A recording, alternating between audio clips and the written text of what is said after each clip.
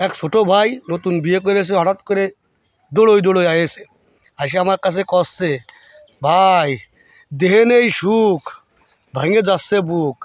আগে আব্বা না থাকলে শাসন করতো বড় ভাই, সেও ছিল ভালা।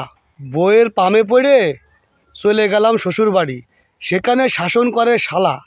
ক ভাই কিডা সামলাবে এই জ্বালা।